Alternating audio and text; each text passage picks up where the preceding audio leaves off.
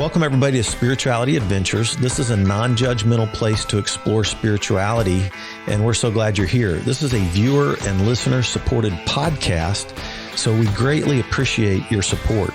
If you're watching on YouTube, be sure and subscribe to my YouTube channel.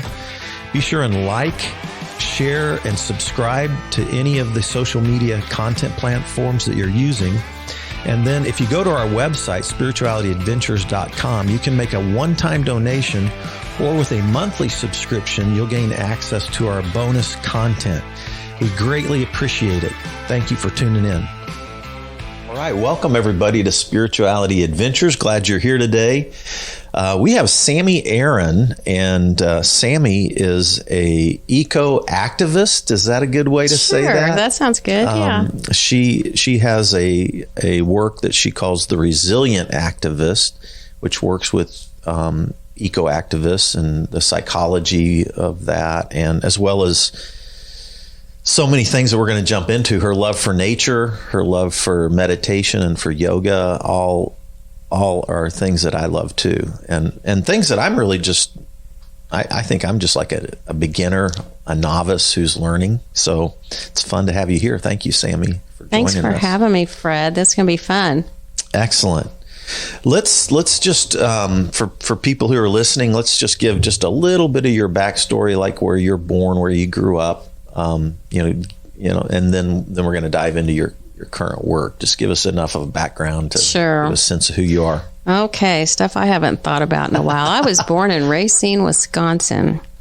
We moved every single year of my life until after I graduated high school. So went to different schools, lived in Kansas City, different areas, lived in the Washington, D.C. area, ended up graduating high school in Chicago area, and went to college for a little bit in central Illinois, came back to Kansas City, and met my husband, and we were married 50 years ago. Wow, congratulations. Just had our anniversary.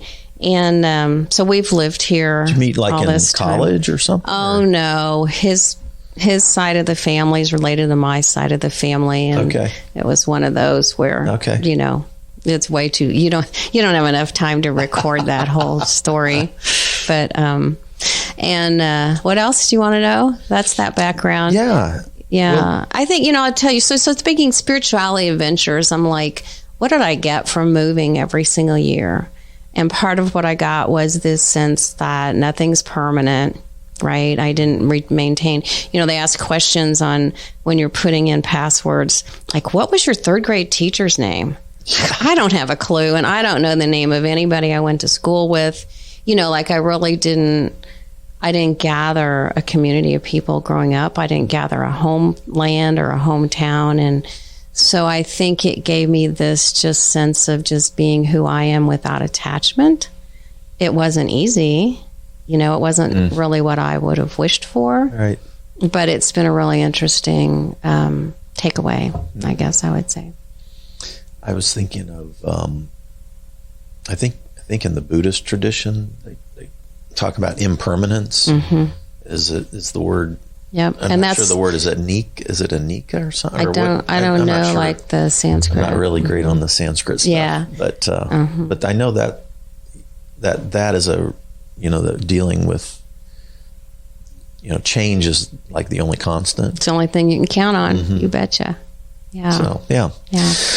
Well, so let's kind of then jump into what drew you into the things that you love, your passions that you get up and live for every day. Let's take us into that space.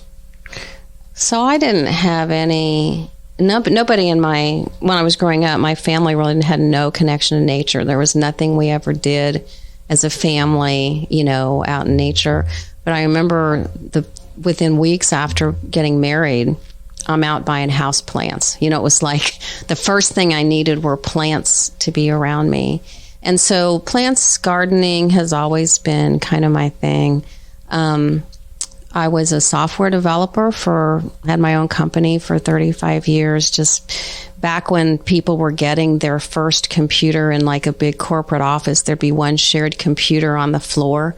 that kind of thing. Like a mainframe thing? Or the mainframe, yeah. So I started with that, but then when people started getting the PCs, it was like Interstate Bakeries, for example, had one computer with the 2 floppy drives. And I was managing their budgets for all of their, Dolly Madison and Hostess production facilities around the country on this one little 2 floppy drive computer. But anyway, so it was an really interesting time. You time. Saved too much information, you lost it.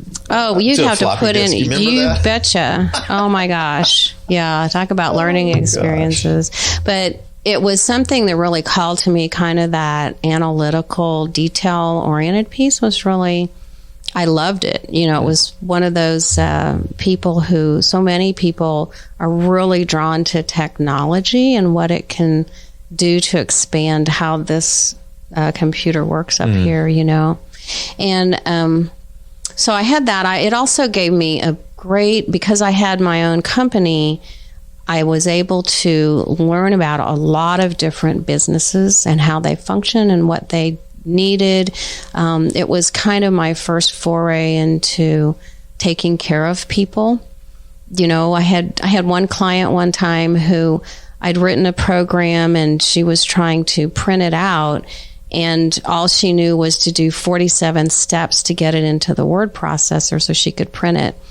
And I said to her, if you just click this one button, it would print. And she just started crying. And it was interesting. It was a really interesting perspective that kind of has really helped me running a nonprofit, is really seeing people where they are with what they need. I taught Lamaze childbirth classes, oh my gosh, back in the day, which is nothing different from yoga and meditation. It was breathing practices, deep guided body relaxation, preparedness, knowing what's going to happen. So it was interesting how that kind of shifted when I started yoga. I really became an environmental activist probably 30 or 40 years ago, just really caring about different species. I didn't really understand about plants, the relationship between plants and our water systems, and plants and our clean air, and plants and birds and bees and butterflies, until some time down in the Flint Hills and really understanding the relationship between native plants that can have root systems 15 feet deep. So you're not watering every day, right? With our plants that didn't grow up around here that have root systems just a couple of inches deep. So I really got a deeper understanding of that through time spent down in the Flint Hills in Kansas. I don't know where else you want me to go with that. Well, so your early interest in nature and environmental activism came from just a genuine love for plants. And then you started studying about some ecosystems. Right. This was all on your own, right? I was just interested. Just curiosity. You're studying ecosystems. You're growing plants. You're learning that, and so then something though accelerated all of that. Yeah. Right? So that's a difficult story for those who are listening. So I kind of shared that. Caring about the planet, caring about Earth Day, caring about plastic straws, all the environmental things over a lot of years with my older son.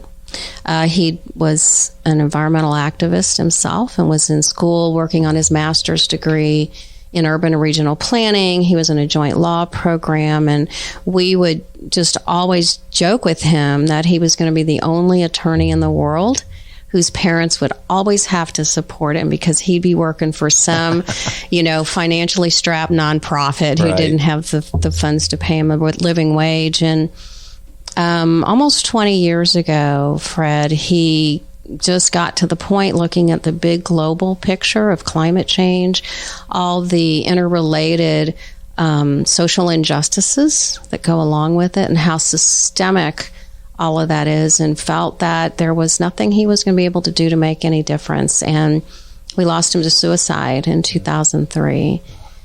And that was really a huge catalyst, because as much as I thought, yeah, go ahead. Well, I was so he picked up that love for the environment just from your hobby interests. Would that be true? Or? Some of that's true. I can remember he was about 4 years old, and I found him sitting on the back porch by himself with a grasshopper, and he was really interested in this grasshopper and was pulling off one leg at a time just to see if it could still hop, right? It sounds like a very boyish thing to do. Doesn't it? And I remember that conversation about, well, how do you think that grasshopper feels with a great big old human, And so I think there were things that did come up in his awareness, but he really got that itching early to really care for nature and understand his human, superiority, or, that we think humans are the be all and end all. Yeah. It's not really the reality. It's the supremacy of human supremacy. Yeah. Homo sapiens. Yeah. Yeah. Okay. So gosh, so he, due to his he got so aware of what's happening to our planet. Yeah. So, and that the psychology of that, and he had left a suicide note a year prior, and had seen a psychiatrist regularly, seen a psychologist regularly, was seeing a therapist. He had developed a social phobia. Whereas before, he received a citation posthumously from the mayor of Oakland, California, thanking him for the work he had done in that community. So he was a public speaker, and while he was in law school, he just kind of lost all that. And obviously, so the mental health community at the time had no clue about the emotional impact of climate change on those people, kind, caring, giving souls who wanted to make a difference. So there was, whatever services they gave him, obviously, were not helpful. So immediately, the day after his funeral, one of his close friends took me to yoga. I started a deep yoga practice. It was like some days the only thing I could make myself do. Really got into pranayama, yoga breathing practices, which is its own deep practice. Really good for grief. We carry grief in our hearts and our lungs, right in the chest. So that practice was really, really good. I started teaching workshops in Heal Your Grieving Heart workshops and so on. Really spent a lot of time focusing on yoga, became a yoga meditation teacher. And in the interim, spent a lot of time in nature. So the whole grieving period, there were days when there was nothing I could do but go out to nature. I didn't care if it was tick season. I didn't care if it was raining. I didn't care how cold it was outside. I had to spend time in nature. And there was this whole process of when I would do that and immerse myself, not for just 20 minutes, right? Or not to go on a run or a hike, but to be in that place, there was often this sense of, I would find some place in nature that just called to me. Like I would just go there, like I was drawn to it. And when I looked around to try and figure out where I was going to sit or what I was going to do, there would be this sense of just absolute attraction. Like I'd be so attracted to this place. And there was always this sense that I could be or say or do whatever I wanted. I could talk to a tree. I could scream at a rock, right? I could throw sticks or stones, and everything that came out of my heart was completely acceptable. It wasn't going to hurt anything, right? There's nothing I could do to Mother Nature personally as an individual. I'm not talking about corporations or governments, right? I'm talking about individual human beings with nothing explosive in their hands to put down. There's nothing I could do that the earth couldn't handle. And there was always this sense when I could really let it out that I could leave it there. I could leave that particular grief out in nature. And there was always more to come. It wasn't like, oh, I'm good, right? This is good. So it was really helpful when these metaphors kept showing up in nature, different aspects that kind of related to whatever it was I was pondering about that particular day. So I'm just curious. So when this was when you were in Kansas City. And other places. I mean, I would go, he was in California, he was buried in California, so I'd go spend weeks out there sometimes. But here like here kind in of Kansas anywhere. City, where would you go? I'm just curious. Yeah, there were some back roads in the, not roads, but trails at the Overland Park Botanical Gardens. There's Jerry Smith Park, which is out kind of East Kansas City. It didn't matter. As long as I was typically drawn to water and trees. And then there was the Flint Hills, and there were days and times I would just travel down there by myself, even for the day, and either hit the back roads. There's actually an area of the Tallgrass Prairie Preserve where we had donations after my son's death go to that spot. It's called the Bottomland Trail. And there's benches and there's some other picnic tables and stuff that the funds paid for that. And so, heading down to the Flint Hills was a really important part of my healing, and different places down there. But so good. Yeah. Well, as I was sharing with you, nature has been a big part of my life, especially, when I want to get away, backpacking in the Rockies. I love, and then I still mountain bike.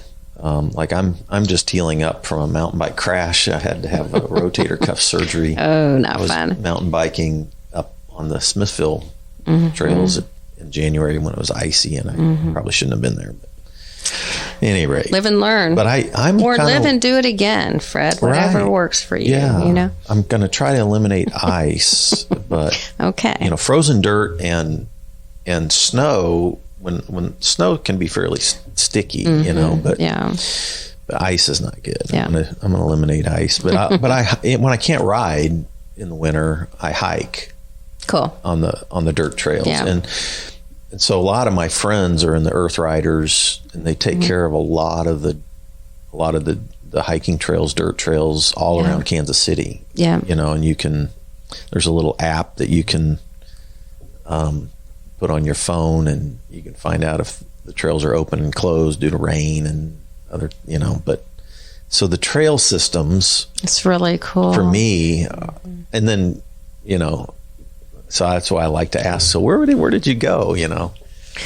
There's a cool trail talking about that at Shawnee Mission Park off of Og Road. It's kind of between Midland and the park on Og Road. There's I forget what that area is called, but I went through the K-State Extension Master Naturalist training. So it's different than Master Gardeners. Master Gardeners focus on plants and foods for humans. Master Naturalists focus on ecosystems.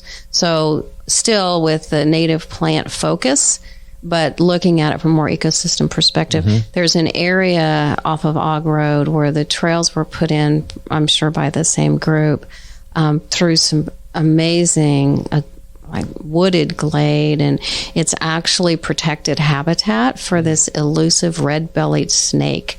Oh, that's my most embarrassing moment. Do you want to hear that? Sure. So I knew about this. We were doing our bonus questions. Those of you who want to join us on our support team, and you can hear our bonus questions. So she's going to give us her most embarrassing moment now. So I knew that this area in Shawnee Mission Park was part of a red-bellied snake preservation area. And it's one of those areas where some corporation was going to be destroying some habitat somewhere with some construction. And so they needed to, kind of like reparations, purchase or maintain another undisturbed site. And so this was a site, perfect habitat for the elusive red-bellied snake. So I'm pretty good at snakes, but I actually don't know I'm not familiar with the red-bellied snake. Because no one's ever seen one at Shawnee Mission Park. So when I say elusive, we don't even know that they're there, but the habitat is perfect for them. There we go. Okay, so now you get in the picture. Snake idea. Yeah, don't worry about that. So we're talking snipes. We're talking, you betcha. So they live together. There we go. So I'm taking. There was this women's group, hiking group of women, just kind of in the yoga community, basically. And I said, I know this really cool place, we'll go hike. So we're on this hike, and one of the women, it's a single file, right? So you can hardly hear anybody talking.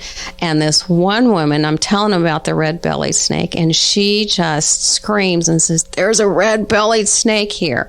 And we all see it. It's this long, kind of looked like a worm, and we get pictures of it. I'm so excited. And we come back, and I posted on the Master Naturalist Facebook group and say, you guys won't believe what we found.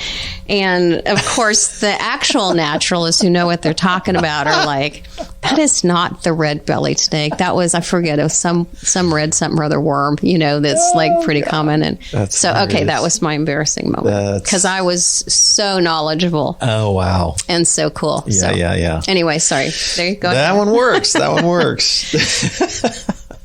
Yeah. I'm not so great. I'm good at snakes, but I'm not, there's a lot of things I'm not good at identifying. But I used to catch snakes, and have aquariums with snakes. And that's cool. And then one got out, and I didn't tell my mom. And then she was cleaning the house one day, and she found a snake skin under the couch. Oh, how nice. And that ended my snake collection. Yeah, I'll just bet it did. But yeah. And then, so, man, there's so many things I want to talk about. Let's do this. I'm going to mention several of the things that you've been involved in. And why don't you give me a quick description of that part of your life that you love. Okay. And then I might dive in different ways. But the first thing, your website, The Resilient Activist, it's really I like your website. It's easy to navigate, and it gives a little history of what you just told us about your son, and then, but I think the eco-psychology component, like you said, 20 years ago, people really didn't know much about that. Is that really tied into your there's actually activist stuff? Not exactly. So because these terms are really interesting. There's eco-psychology, there's ecotherapy, and then there's climate anxiety and eco-anxiety, and a whole series of languages and mental health components related to people experiencing anxiety over climate change. Mm-hmm. So ecotherapy is where people, trying to get the two of them straight, eco-psychology is looking at the relationship between humans and the natural world and how that impacts us from a mental health perspective. So when we see living communities of plants or animals, we are imbued with a bit of joy, like a bit of understanding of how to live in symbiosis. When you plant a plant and you see somebody flying in and sipping that nectar, it feels good, right? So there's this psychological relationship with the natural world. Ecotherapy is a mental health tool that's been used for a lot of years, but uses nature to help people work through mental health conditions. So things like horticulture therapy, there's all kinds of aspects of bringing nature to help people through whatever they're experiencing emotionally. Okay. So now we get to climate change, where more and more people are more aware of what's happening globally. They're aware of what's happening locally. And there are a number of organizations. There's a Climate Psychiatry Alliance, Climate Psychology Alliance, some other organizations that have come up to help people who are experiencing issues with what's happening with the climate. So there's kind of a subset of the psychological field of people who are considering not having children. because they don't know what kind of world they're going to bring them into. So therapists who are specializing in how to help people make that decision. The Resilient Activist is a little bit unique in that it was founded. It was founded 4 years ago. So Kevin had been gone about 15 years. And it was founded to try and figure out what might have helped him and others like him, because we know the world needs inspired, visionary activists who have the resilience to see us through these really difficult times, right? The incidences of depression, suicide are just skyrocketing. Burnout, people quitting, going to work at a coffee shop because they just can't handle it anymore.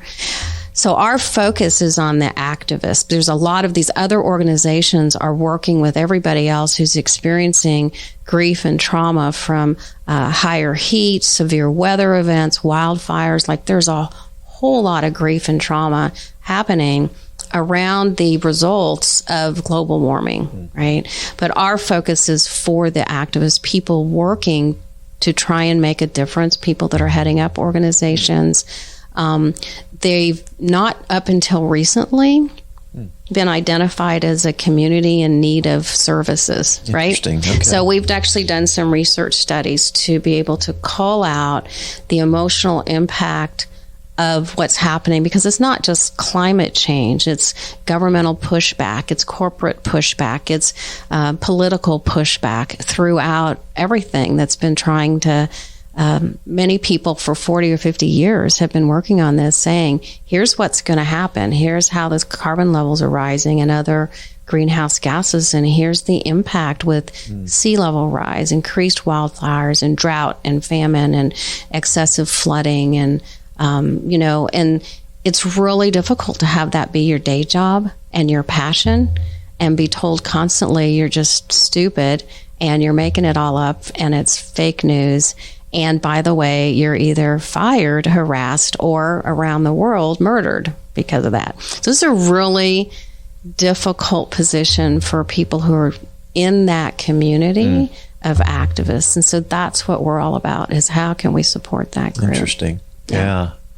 One of my new friends is a guy named Brian McLaren, who's an author. He's been, I don't even know how to, but he wrote, he was a pastor, church planter like me, but then many years ago went to writing activism stuff. One of his books was Everything Must Change, and it was his really deep research on the global crisis that we're in, the environmental global crisis. And so he's networked pretty extensively. You guys, I'm a networker, so it'd be a good connection. He would probably love to hear, because he's got a pretty big network in that space as well. That's fantastic. And he was kind of like, came from a really conservative evangelical background, and now, has kind of been a voice for people who have deconstructed and reconstructed, and are in these still a space of faith, but kind of rethought a whole lot of stuff, including global. Well, I'll just add on to that there are so many faith-based organizations that do get it, that are really focusing on earth care. And, in Kansas City here, there's a Sustainable Sanctuary Coalition. I know there's Lutherans for Earth Care. There's a whole bunch of, I know someone from the Baptist Theological Seminary who was she and I met at a drawdown program. Drawdown is like drawing, this international program to draw down levels of carbon. So it has really permeated a lot of faith-based communities. And, there is that, just like there's that psychological connection through eco-psychology, there's a spiritual connection to who created all this and this is pretty complicated, right? Who figured out that clean water required pollinators? Like, what do you mean? That doesn't make any sense, right? Like, it's just so interesting. And so it's heartwarming to see the number of communities, including faith-based organizations, really stepping up. That's cool. Yeah, I remember I did a series on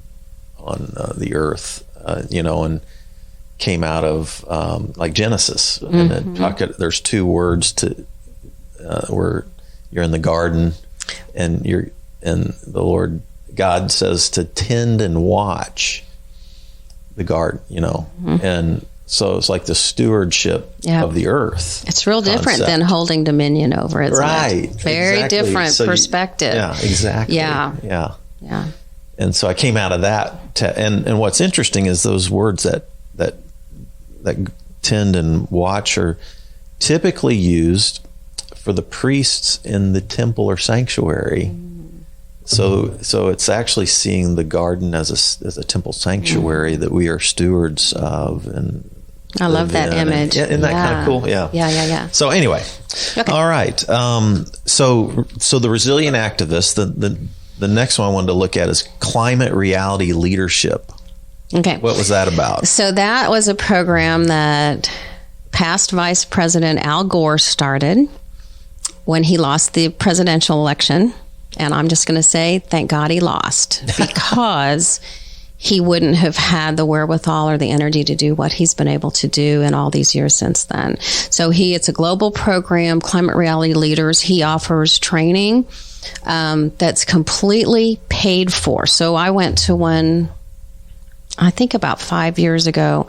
There were 2,000 people there or so. It was in Minneapolis in their big convention center. 3 days of training, no cost. They included an amazing lunch every day, no cost. And all you had to do basically was pay your own transportation and lodging. And it was a global community giving an opportunity to really understand what's happening with severe weather events, sea level rise, droughts, and so on, industrial issues, technological issues, clear cutting, factory farming around the world, and really come away with a really deep understanding globally of what's happening. And at that time, he trained over 20,000 people in that. Since then, on Zoom, they had like over 5,000 people, when they shifted to doing it on Zoom. So that's what that is. And it's just it took my level of environmental understanding like way higher than it had been. Okay. Yeah. And they just encourage and support people who are advocates in whatever area suits them globally. Interesting. So, okay. Yeah. What about Kansas Master Naturalist Program? I mentioned that a little bit. Yeah. Yeah. So the Master Naturalist, even though it comes out of K-State and it's pretty much agricultural focused, it's a great way to understand how everything interacts within ecosystems. And they do focus on Kansas, but to get that whole perspective on the cycle of life, and why we need pollinators, and why, pollinators produce fruit, which is going to keep the fruit, the pits and the seeds from the fruits, what's going to keep other trees, it's going to help them reproduce. And so trees give us, oxygen, right? We kind of need that. And then how the whole water cycle works. But it's kind of everything you can imagine having to do with nature in this area. And it's really minimal. I think basically you pay, it's not very much money. You're mostly paying for like printouts and things like that. It's citizen science. And so it's the opportunity.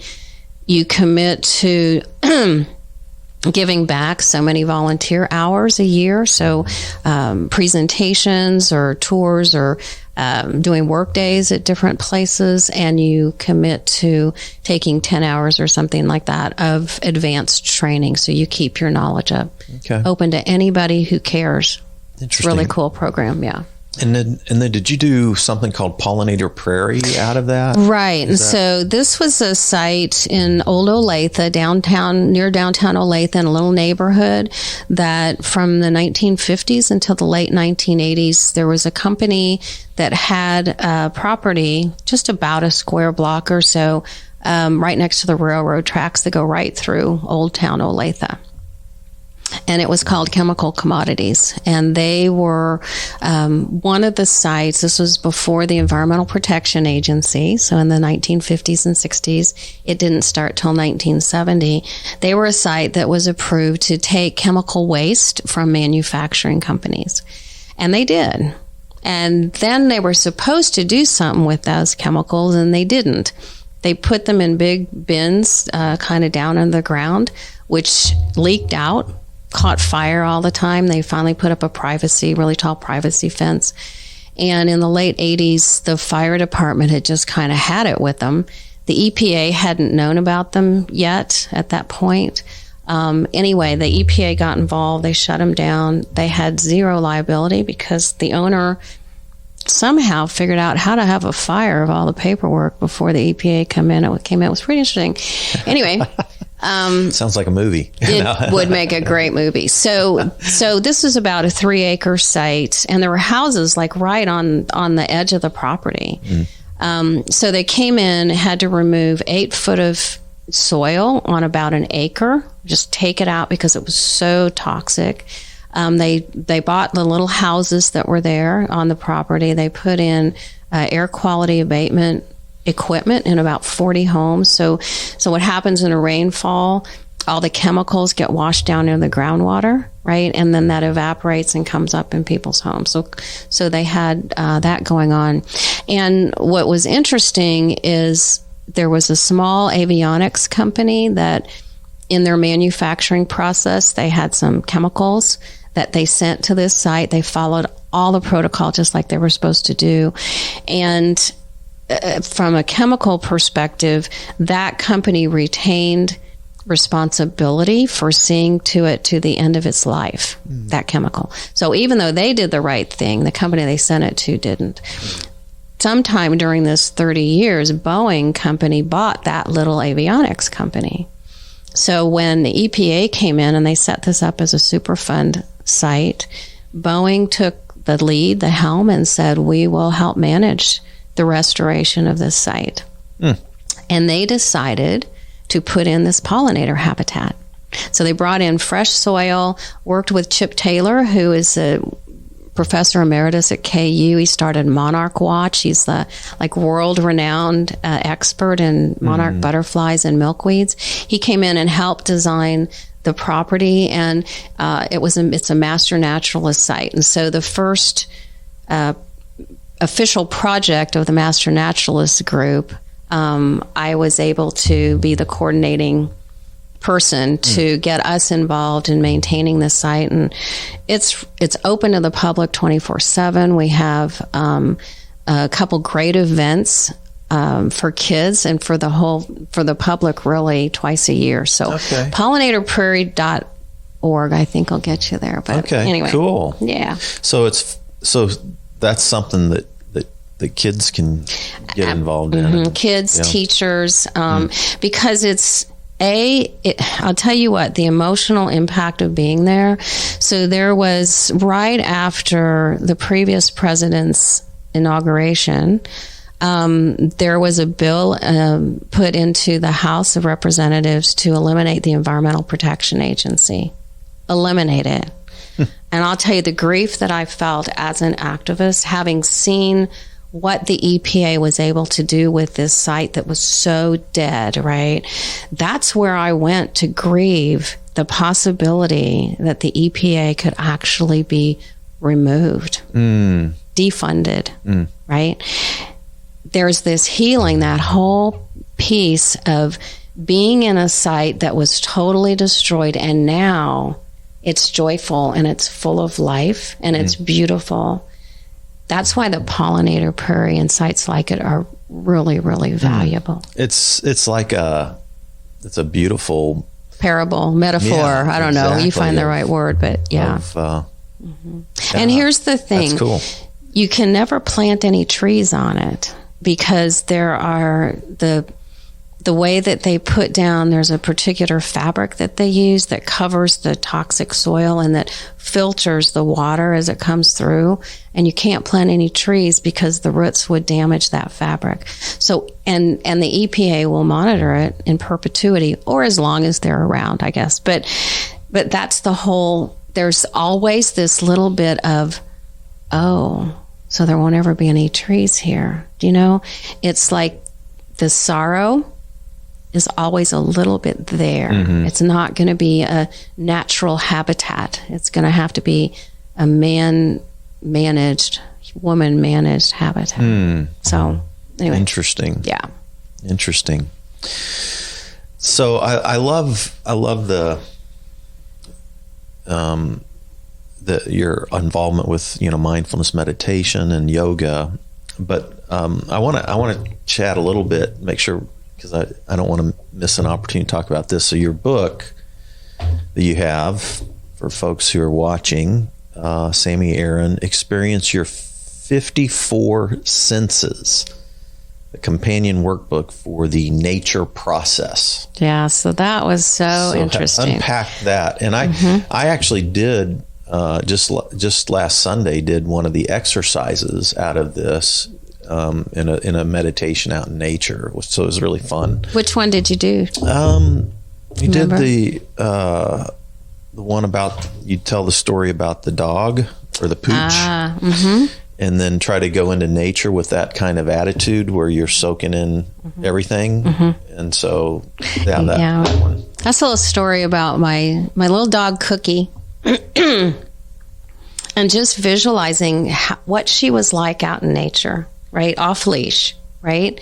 And it was like all 4 of her feet knew right where to step. And her nose was leading her where she needed to go. And her hair was kind of standing on end. And her tail was up, and it was just like she was just there. She wasn't anywhere else. She wasn't worried about her next meal. She wasn't worried about the bills. She wasn't worried about anything I said to her the day before, right? She was just absolutely, through all of her senses, just receiving that space in nature. So that really started for me. All that time I said I spent in nature in grief and finding my way through grief. I met a woman through an online course she was teaching, Tabitha Jane, in Scotland, and she wrote a book. She hadn't written it yet. She was really early on, having lost her brother, and going through this same process. Like, just if I go out to nature and I do these 5 things for my grief or whatever it is I'm focused on, I feel so much better afterwards. And she is a transpersonal psychologist and was able to kind of turn this into 5 simple steps. And so when I took her course, I just connected with her immediately, and we really started to develop the nature process.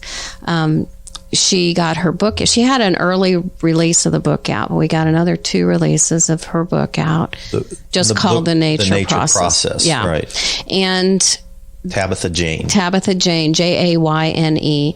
And what we wanted was, she had gone through some eco-psychology training, right? That connection of humans to the earth. And there were some teachers in that, I'll call it lineage, that had identified all these different senses. And so what was really interesting, so if you take, for example, your sense of sight, that's really just the receptacle. It's kind of like saying a radio has a sense of radio. Well, it doesn't. It has a sense of hearing and sound and emitting, right? So your sense of sight is really your sense of shape and form and color and design and pattern and movement. You have all these different senses coming out of what your eyes are able to pick up on. And each one of those senses informs your body and your mind and your heart of when you're safe or you're not. Right? When you're hungry or not hungry. When you hear a sound that you better pay attention to, or you hear a sound that you can just receive and relax with. So there was this list of 54 different ones, and it was fun to create a way to help us, especially us urban and suburban humans, who have lost most of our senses, right? Like your sense of touch, walking barefoot through the forest, doesn't work when you're clopping on cement with your spiked heels. It's a whole different way of feeling the earth. So we did that. We did some facilitator training. We were leading courses and workshops and retreats for people in the nature process. And then she really wanted to focus on business, how to bring earth care and sustainability practices into corporate arenas. I was headed for the Resilient Activist. And so it just kind of, I won't say it died, because it's being resurrected now, as part of what she's teaching or what I'm teaching. So it's not, there is no nature process like course or website, but the books are out there, and it's something where we like to pull on. Yeah. It's so interesting. So like you take your vision, which is just one of the 5 senses, but then you think about all the things that your vision connects with. Yep. And granulate that. Yeah. And so you take your 5 senses and start granulating each one of those, and you come up with these 54 different ways to experience nature and to be present in nature, and then how that does have a healing impact. Well, part of it is a mindfulness practice. So for people who are really deep meditators, especially those who go away on retreat, so you really are not distracted by everyday life, right? You can get into the sense of just being with what is. It's great detail, right? And it's through all your senses. I mean, even apparently the Buddha meditated with his eyes open, just to be with what is. And there's this sense of, the sense of touch. This table is hard, but it's smooth, and it's kind of slick. And there's a ridge, and how does that feel? And everything can become a mindfulness practice, which is great for cognitive reasoning, clarity of thought, stepping away from multitasking. So if you really want to make a decision about something important, when you just are able to train your mind to focus on that one thing and notice everything about it, you come up with different answers, different solutions, different ways of being in the world than you would if you just had your notebook and your checklist, and here's what I was taught in school, and here's how we're going to run this business, or here's how I'm going to raise my kids, or here's the house I'm going to live in, here's the spiritual tradition I'm going to go through, right? It's like everything becomes this awareness of, how does that make me feel? It's a really interesting practice. I've just noticed through my life, probably what got me into trouble in my most recent phase was this overactive brain of mine, and I had insomnia. So I noticed your yoga sleep and all these things that, and I've been pressing into some of these things now because of all I've gone through. But one of the things that has always been with me is this, like what I would call, I feel like I almost need to get into nature every day. Like I miss it if I don't. Yep. So movement through nature, and it can be on my bike or a mountain bike or walking. And it can just be sitting and soaking in. Like I remember reading some of John Muir's, journals, and he would go out and like look at one flower for hours on end and just soak in that one flower. Yeah. What's his quote? I saw something about, I thought I was going out and found I was going in. Yeah. Yeah. That was in your book. I saw that, but yeah. And so I remember, there's been, like I've gone on, backpacking trips by myself and spent, days in nature alone. And, there is something about it. Like even in my cycling, like I get a lot of endorphins from that. I'll cycle sometimes I cycle with friends, and that's community, but sometimes I'm just cycling for an hour, 2 or 3 alone. And it really does something for me. And that's why I like to do gravel or mountain biking things. So I'm not like on a street interacting with cars, I like to feel like I'm moving through nature. So if you picture that with the story of the dog, here you are, you have all your senses wide open, because they have to be, right? You have to know if there's a car coming up behind you. You have to know about the sunlight or water or puddles. You have to know about, are there curbs you're going to go over or something, a little rock? Is there, is there a bison coming at you through the Flint Hills, right? And so you have to have all your senses completely open and receptive, right? Mm-hmm. In every moment as you're bicycling. And when you're in that mode, as opposed to, I'm going to bicycle from here to there because I have 1 hour, right? And that's all I'm going to do. And, Anna, you got your watch and, you're in your brain at that point. You're in your logical mind. But when you're not, when you're really immersed in where you are, it's a really different practice. And like, I don't own a trainer because I won't sit in this house and ride for even 15 minutes on a trainer because it's not the same. It feels almost like lifeless. It is. Lifeless. It is. But when I go out and ride or walk through nature, I feel a whole different energy going on. Yeah.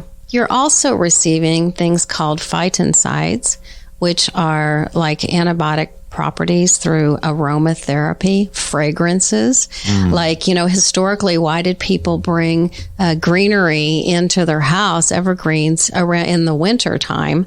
Because they exude antibiotic properties, right? There's all these other things, the aroma of the soil, right? Of whatever's blossoming at that time, the rotting fruit, like you're receiving all that.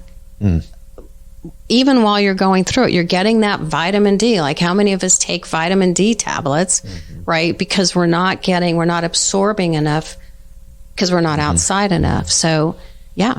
So what are, I could talk to you for hours. Okay. We're going to run out of time. But what about, what's the best resources to learn from nature, to draw teaching from nature? How, like this whole nature teaching idea? Yeah. I think the best is, first of all, figure out what you are really drawn to in nature. And for some people, that could be a house plant, which is fine, right? It could be something in your backyard. It could be a vista. It could be some place that just draws you in, like at the pollinator prairie, there's this one big old tree that has kind of an opening in the trunk, and you can kind of sit back in there and nobody would see you. It doesn't matter. It should be someplace close by your home, right? Or that you can see outside a window from your house, or that you're able to bring in, or you have pictures of it, right? That you don't save this for your 2-week vacation out at the beach. That's not going to do it. There's a lot of Native American teachings about how we need to connect to our land, this land right here that we live in. We need to observe it, the weather, the drought or the moisture, what's growing there, what critters are there. We need to be, just like you on your bike, in the land. And it can start with one plant or one tree, and you just simply notice it. Like a great way to really step into this is imagine that tree or plant or rock or water or ground, whatever it is, could talk back to you, that you could have that conversation. And there's conversations like just telling it how beautiful it is, or how, oh my gosh, what is that? Wow, that's an interesting thing. Or look how that leaf is really different than that leaf. And you do this, you get into the detail, you get out of your head, and you just witness it. You notice it, you touch it, you breathe it in, whatever your 5 senses can do. And you do that regularly. So you learn your land, your plants, your critters in every season. You imagine this tree standing there. We have a 60-year-old redbud in our yard, and I imagine how many times it stood there and the sun has come up from the east and it's flowed off to the west. How many times then has that tree witnessed that? And how would that feel if I was that tree witnessing, not moving, just receiving the movement of the sun right? And so you get anything that you can do that really calls to you, that you love to do, go do it in great detail. Yeah. Do it often, do it regularly, do it in every season, every time of the day. That's the best. Journal about it. Yes. Paint it. Write songs about it, right? Yes. Talk about it. That's awesome. Yeah. I started rock climbing when I was 16 down in the here in Kansas City. About the only spot you can actually do that in is right there off. Like it's in the northeast Cliff section Drive of Cliff or Drive. something. Yeah, Mm-hmm. and I started this little 30-foot limestone, and we started climbing there at 16, and now I've climbed all over the United States and Europe, and I still climb a little bit, even though I blew myself out. But when I'm on that rock, and I don't hardly, I have a friend that started ROKC rock climbing gyms around here, but I don't really do hardly any indoor climbing because it's the same thing. Same thing. Yeah, I like to be on sandstone or limestone or granite or and you're in the moment. That's the whole thing. It's a really different experience when you're in a rock climbing gym. It's all about your body and your strength and your intellect and what you can accomplish. There's competition, there's whatever. When you are out in nature, you're just simply connecting. It's a really different part of your spirit, part of your experience as a human animal. Yeah. Yeah. Well, gosh, I love that stuff. Yeah, man, I can drink all of this in so long. It's beautiful. So give people, we've got to wrap this up, but give people maybe a couple of practical ways for them to begin to connect with, I think you even mentioned one time a simple way to start a garden. Sure. Or some people might be interested in that, or yeah, a simple way to, you've already said, find out what you love. I literally know some people who sit inside with phones and screens, and they don't really want to get out in nature. And my whole, I kind of holy crud, there's a whole generation that's not going to know how to get out in nature, and I know what it's given me all these years, and I kind of grieve that a little bit. And I try to be an advocate to help people get back into nature. So I know you are. I appreciate that. We have a blog post on our website. Cannot remember the name of it, but it's a young woman who had her own business. She came and took a business for good course through us. We were talking about ways to bring nature into the home. She's an interior designer, had her own company. And so she decided to stop at the grocery store and buy a $12 house plant. That was what she was going to do. She had 3 preschool age kids. Her husband was, I forget exactly the whole deal, but she was just a real sweet family, right? She buys this one house plant, and her kids start playing in the dirt, and making a mess and stuff. Her daughter comes down every morning and wants to water the house plant. So finally, with the dirt, she gave them some plates and stuff and said, go outside and dig in the dirt if that's what you want to do. And so a couple days later, it rained, and the kids brought her a bowl full of worms. Some people would find that disturbing, but she thought it was pretty cool. And so she had heard at our program of something about composting with worms. What does that mean? Worm composting. So she looks it up. She starts a compost bin out in her backyard. It was just a plastic tub with her kids. The kids are taking their produce, their leftover food from dinner, or when they're cooking a meal and they've got scraps, out to this to feed the worms now. And they're going to get the neighbors. So now the neighborhood kids are bringing their vegetables over to their house to put in the compost bin. And of course, the parents are coming with them. So now the whole neighborhood are coming outdoors together with their kids to talk about these things that none of them was doing. And she has become a great volunteer with us. I mean, oh, cool. Yeah, it was this one little thing that a stressed out mom decided to do, stressed out working mom decided to do that turned into a whole different way of being with her family.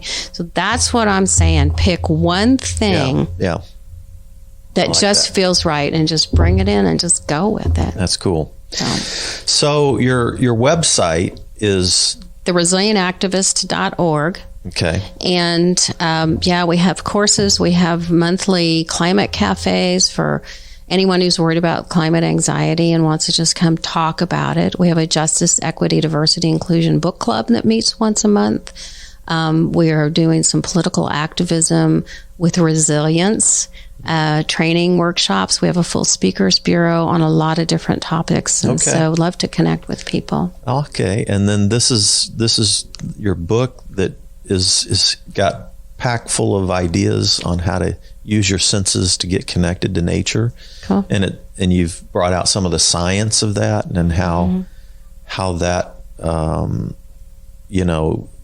it can help. Like, it's good for what ails you. Exactly. There you go. It's good for creativity and reasoning. You know, when you're out in nature and you see things that are soft and rounded and working in community together, you have a real different perspective than when you look at square lines and cement and hard floors. And, you know, it informs us differently. So thank you. Thank you for your work, for your heart, for your passion, and the way you are helping people heal and connect and be creative and grow in relation to nature. I love that. Thanks for what you do. Thanks for the invitation. Yeah. So I'm so grateful. Hope to stay connected. And everybody, I want to encourage you, pick up Sami's book, go to the website and actually, so the book's on Amazon. Okay. We don't have a link on the website because it really was just available again about 2 months ago. Oh, okay. So, but it's accessible on Amazon. So. All right. Okay. All right. Well, thanks everybody for tuning in to Spirituality Adventures. We're so glad that you joined us with Sami Aaron, and we will see you next time. Thanks, Fred. This concludes today's episode. Thanks for tuning in and listening. Remember, if you're watching on YouTube, subscribe to my YouTube channel. Remember to like, share, or subscribe to the social media platform that you're using.